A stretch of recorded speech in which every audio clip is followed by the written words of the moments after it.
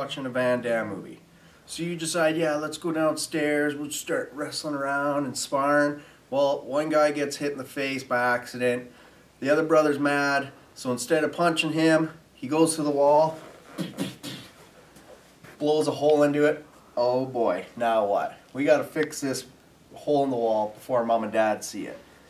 And this is how to fix a drywall patch. Now, I'll show you 3 different ways to do it, and that way you have different options and you know what to do. Set out the tools that I need now to do these 3 holes.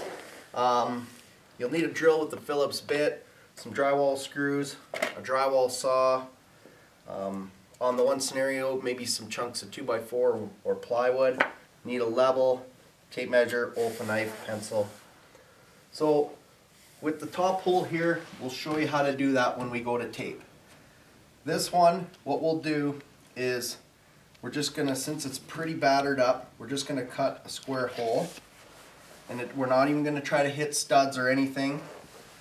We're just gonna basically make a random sized hole. But we'll use a level so we know that when we cut our drywall, it can be square and it's simple.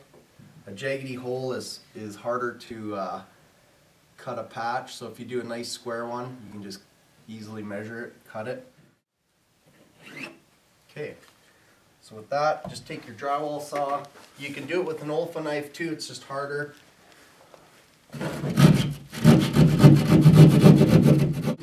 Make sure there's no electrical or anything that you might cut through.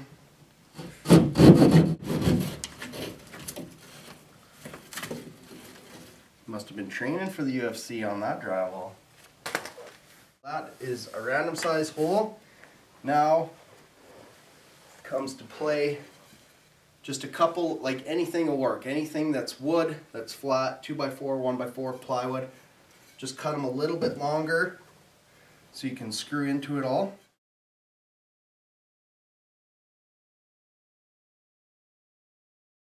Just below the surface, but not too deep or they don't hold properly.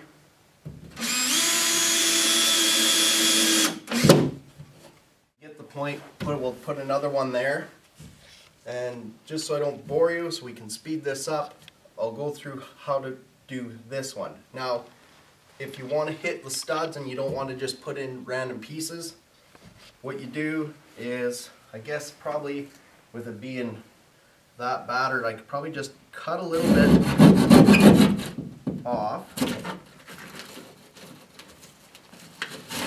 on either side, just roughly, just so that I can throw my tape measure in behind and find out the measurement to the next stud. So this one is 4 1/4. Now most studs are 1.5 inches wide, so you want to land up half on that, so that's 3/4 of an inch. So if at 4 1/4 I have to add 3/4 of an inch, so that's 5 inches. So over 5 inches will land me center of a stud. Same thing over here. Whoa, well, that's 4 3/8. Add 3/4, that's 5 1/8. So 5 1/8.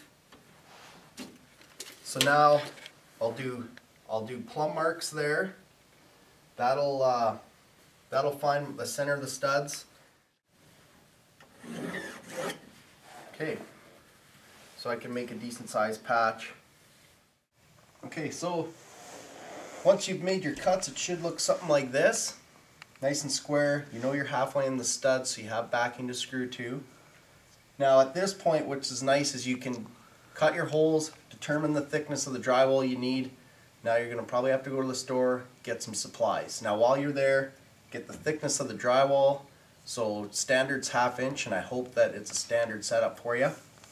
Then while you're there, you're going to want to get some all-purpose drywall mud. Do that. Don't get any spackling compound or anything weird, just get drywall mud. You're going to probably want to do it on a budget, but you are going to need a few things. You don't necessarily need a tray, because you can probably just scoop it out of the bucket. But get yourself a 4-inch putty knife. You're going to need some tape to do the patch to cover up the joints.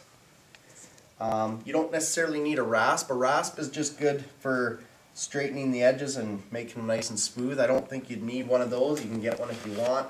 And then I'd highly recommend at least for surely getting a 12-inch drywall trowel. They're better than the knives because they're not so flexible. They're more rigid and they'll keep your project straight, and you'll be able to feather it out easier, and that way you won't actually ever see the patch down the road. And then you can get a hawk if you want. Like, it's just nice, you can pile your mud on there, use your trowel, apply your mud. We'll get to that when we need to. But now what I did is I took some 1/2-inch drywall, I measured my openings, and I just took off 1/8 just to make sure that they fit. I don't want to have to like tweak it. Doesn't have to fit perfectly tight either. It can have a little gap. You're going to mud it and tape it anyway.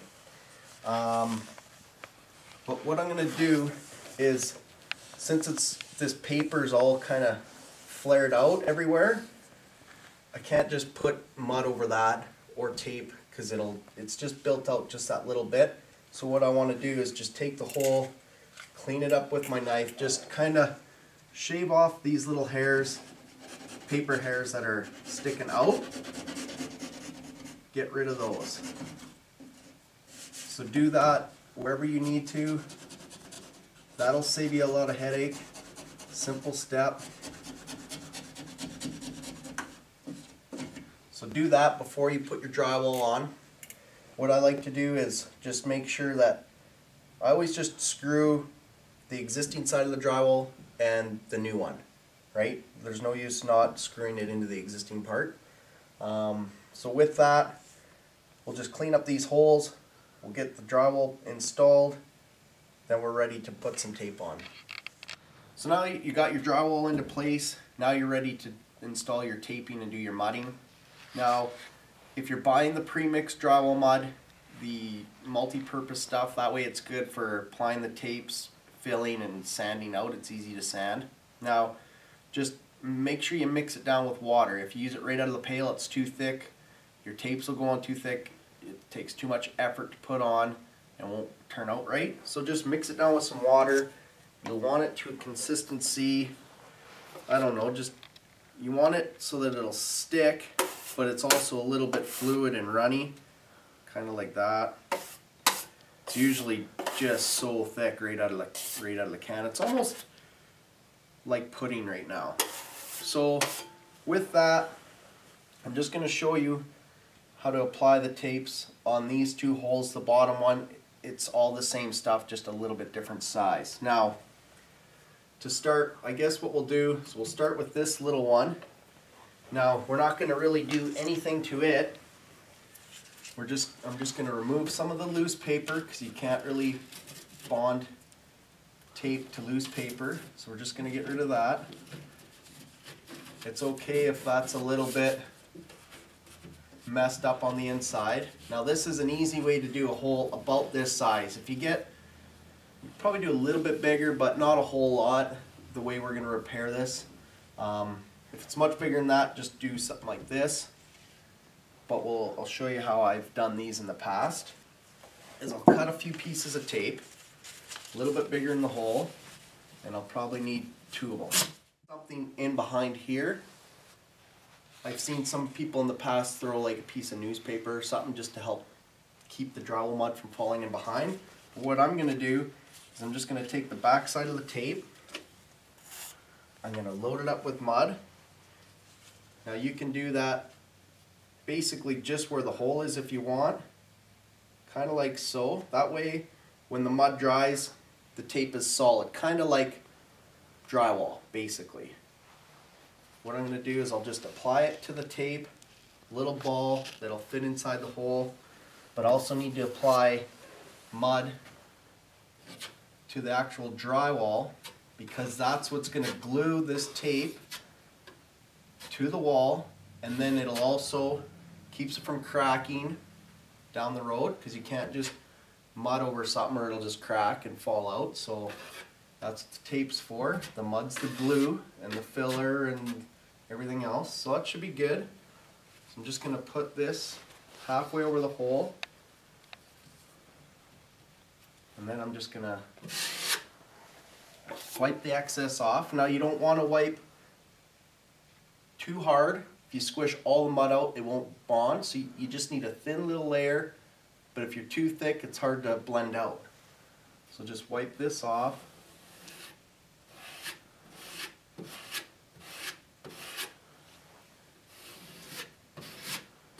And that's why it's nice to have mud that's fairly fluid, because then it'll squish out.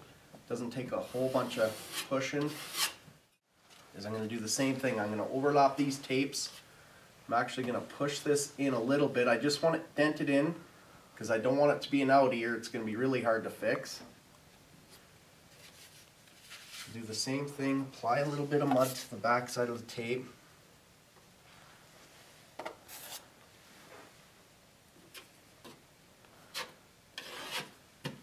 Apply that on evenly. Now, if you look closely right here, you can actually see through the mud and to the paint. That's too thin there. You want to be able to just have a nice thin coat, but you don't want to be able to see through it.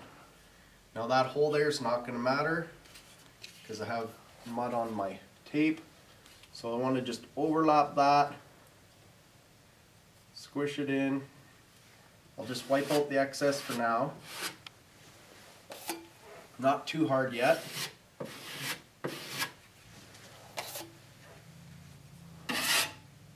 Now what I'm going to do is I'll just push all this in, kind of make a hole.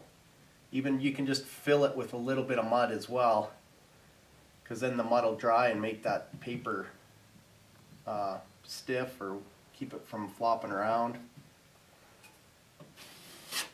Now I'll just finish wiping it off. That way I don't have any drywall protruding. Everything's flat and flush. This little corner's lifting a bit, so I'll just put a little mud under there. Just let that set up for probably 24 hours. That way it's nice and dry. You don't want to add too much mud to it or it takes forever and it may not dry properly.